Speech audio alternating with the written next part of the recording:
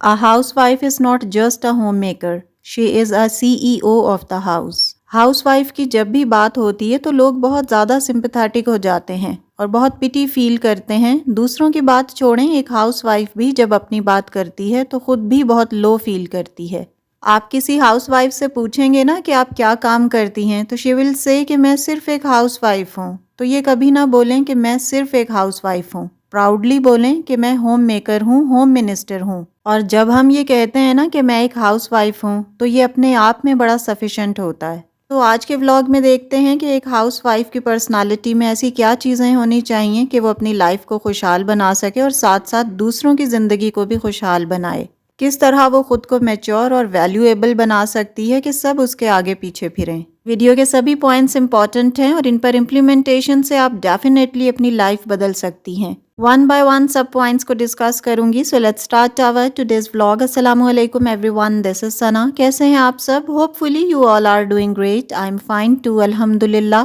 Vlog start ہو رہا ہے afternoon سے اور آج دوپہر کے کھانے میں ماش کی دال بنا رہی ہوں. میں کیونکہ پریشر کوکر یوزر نہیں ہوں اس لیے میں دال کو کافی ٹائم پہلے بھگو کے رکھ دیتی ہوں تاکہ جلدی گل جائے. یہ دال بہت مزے کی بنتی ہے اور بچوں کے لیے بہت ہیلدی ہوتی ہے. میں ہفتے میں یا 10 دن میں ایک دفعہ اسے ضرور بنا لیتی ہوں. تو چلیں سٹارٹ کرتے ہیں آج کا ولاگ اور ساتھ ساتھ گھر کے کام کرتے ہیں.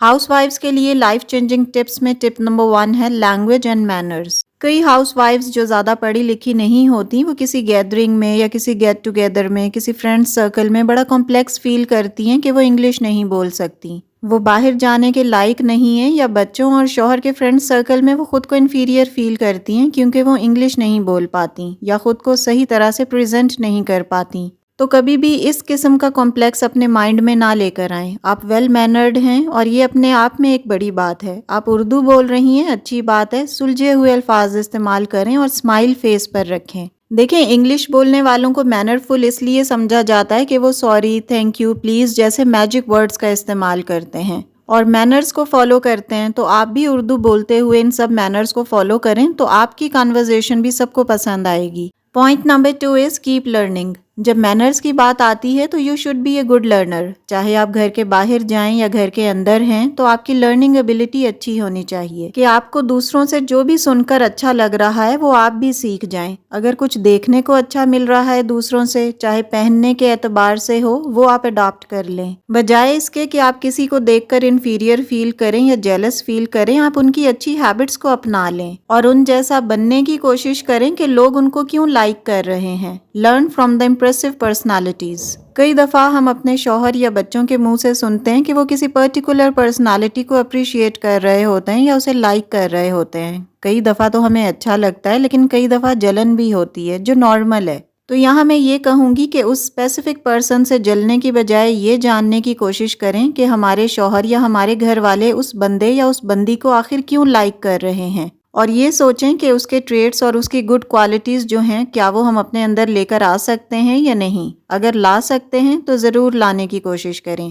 اور دوسروں کو امیٹیٹ کرنے کے چکر میں خود کو نہ بھولیں. Be yourself. کیونکہ کئی دفعہ آپ اپنے اندر کی اچھی کوالٹیز کو نظر انداز کر دیتی ہیں یا بھول جاتی ہیں. تو اپنے اندر کے گڈ پوائنٹس اور اسٹرانگ پوائنٹس اور کوالٹیز کو بھی نہ بھولیں.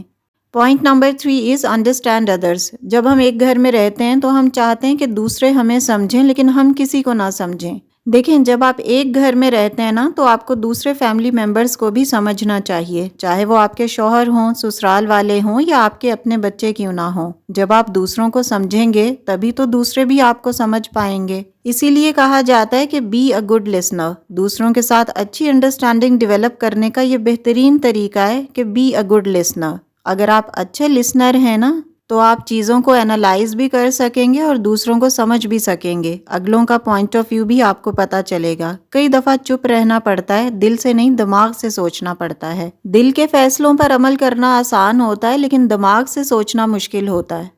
کئی ہاؤس وائفز کو شکایت ہوتی ہے کہ انہیں گھر کے بہت زیادہ کام کرنے پڑتے ہیں اور کافی حد تک یہ بات سچ بھی ہے. بیچاریاں ہر وقت لگی رہتی ہیں، سارے گھر کی ذمہ داریاں ان پر ہوتی ہیں، گھر کے سارے کاموں کا دار و مدار اور سارا بوجھ انہی کے کندھوں پر ہوتا ہے. تو آپ سارے کام خود ہی کرنے کی سمارٹلی کوشش نہ کریں، آپ دوسروں کو بھی کام اسائن کر سکتی ہیں. گھر کے باقی فیملی ممبرز سے، بچوں سے تھوڑا بہت کام کروائیں، ان کے حصے کا کام انہیں بھی کرنے دیں. فیملی ممبرز سے ڈومیسٹک ہیلپ لیں، ہر کام کو خود کرنے کی کوشش نہ کریں۔ آپ جتنا مرضی کام کر لیں، آپ کی کوئی واہ واہ نہیں ہونے والی، اس لیے کم کام کریں لیکن اچھا کریں۔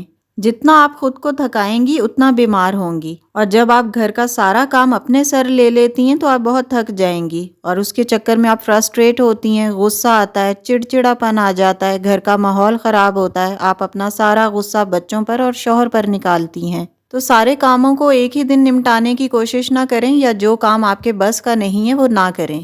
آپ ہاؤس وائف ہیں، سپر مین نہیں ہیں کہ گھر کے سارے کام آپ ایک چٹکی میں کر لیں گی اور پھر بھی آپ کو اپریسیشن نہیں ملے گی۔ جو کام اسینشل ہیں، ضروری ہیں، وہی کریں، غیر ضروری کام نہ کریں۔ Point number 4، praise yourself. اپنے آپ کو دیکھیں اور ریئلائز کریں کہ آپ کتنی خوبصورت ہیں۔ اللہ تعالیٰ نے آپ کو ہاتھ، ناک، کان، بال، اچھی سکن، سب کچھ دیا ہے۔ کسی دوسرے کا انتظار نہ کریں کہ وہ آپ کی بیوٹی کو کمپلیمنٹ کرے، آپ کی تعریف کرے، آپ خود اپنی تعریف کریں۔ تو ایک عورت کے لیے یہ ریئلائز کرنا بہت ضروری ہے کہ وہ پرفیکٹ ہے۔ گھر میں اور بچوں کی ذمہ داریاں نبھاتے نبھاتے وہ بھول جاتی ہے کہ وہ بھی کچھ ہے، اس لیے اپنی قدر کریں اور صبح اٹھ کر روز اللہ کا شکر ادا کریں۔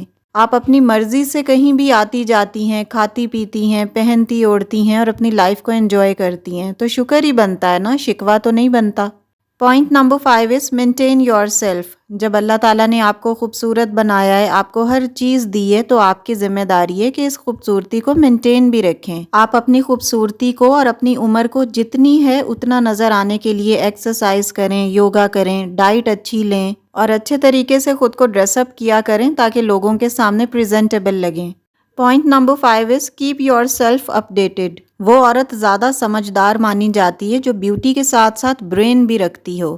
آج کل ہم زیادہ تر عورتیں ایجوکیٹڈ ہیں، چاہے ورکنگ ہوں یا نان ورکنگ ہوں، ہاؤس وائف ہوں یا چھوٹا موٹا بزنس ہی کیوں نہ رن کر رہی ہوں، زیادہ تر خواتین پڑھی لکھی ہیں۔